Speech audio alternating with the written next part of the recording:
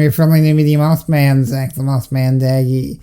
Welcome to another edition of the Midnight Spook Show, your online source for all the horror news, reviews, and interviews that you can scream at. And for this edition of Midnight Spook Show, it is a review of the film Night of the Demons, and this is the 2009 remake. Now, before we go any further, I do want to say that I personally have never seen the original 1988 Night of the Demons. So this review is going to be purely based on the quality of the remake and not compared to the original, because I couldn't tell you if how it would stand against it. So, that out of the way, the Night of the Demons remake is directed by Adam Gurish? I have no clue. He was the guy behind a film called Fertile Ground, as well as one called Autopsy. It stars Shannon Elizabeth, or as I like to call her, the future Mrs. Mothman. She was in the film Cursed, 13 Ghosts, as well as American Pie. It also has Monica Kina, who you have seen in 50 Pills, TV series Entourage, and an underrated horror film, Freddy vs. Jason. And it also has Edward Furlong, who has basically been missing for a while. You may best know him as John Connor from Terminator 2 Judgment Day. And, well, the plot line of the film is that on Halloween, a Halloween bash is thrown together by Shannon Elizabeth's character, and after it's raided by the police, everybody leaves except for one core group of characters.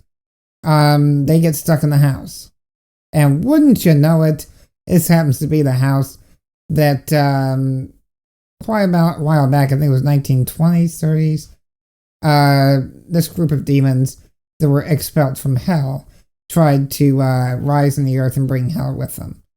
So the demons are trying to possess these individuals trapped inside the house. And slowly but surely, different characters become possessed. And it's an interesting take on demons, as according to this lore, a demon can possess you by biting you, or as my grandmother would have said, stripping you.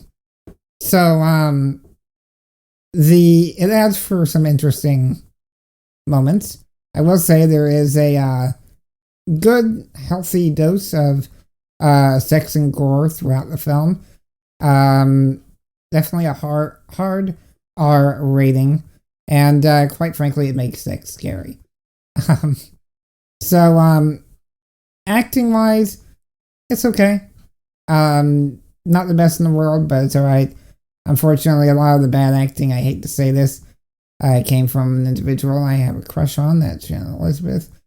But if you can get past that, it is actually a really good horror film, especially if you're a fan of 80s horror films.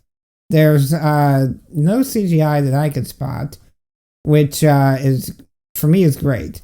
Don't get me wrong, CGI is great in its right places, but for me, a true core horror film can do without the CGI. This one does. And I think it pulls it off great. It has a lot of original scares that are done quite well. And like I said, this really worked. It has a lot of 70s and 80s horror music. The score within it, it feels like it's from that era, so it really comes across as a 80s horror film in the present day. And quite frankly, I really dig the soundtrack, and wish I could find it somewhere, because it has some awesome music throughout it. So I mean, it's just pretty simple horror film, in a group of teens to 20s, stuck in a house, and demons coming after them.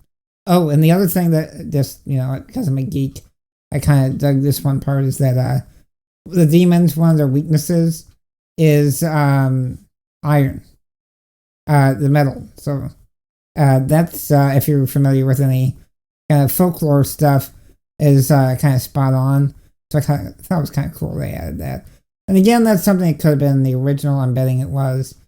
So kudos for adding that in. So Night of the Demons, I recommend it. Like I said, not the best film in the world, but it's a lot of fun. And it's a good scary movie, especially to watch around Halloween, which is when I saw it, so it kind of fit perfectly. So there you have it. And real quick, before I say goodbye, I want to give thanks to the affiliate of Midnight Spookshow. And this particular episode, I want to give thanks to eMusic. Now, eMusic wants to give you 35 free tracks just for listening to this very episode, or watching it rather. And you can do so by heading on over to emusic.com/moth. It's there you can select any 35 tracks of your choice.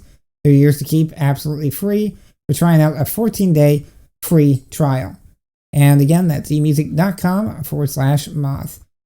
And be sure to check out spookshow.tv. I'm gonna try to have a trailer for Night of the Demons on the site. Just check out the post for Night of the Demons review.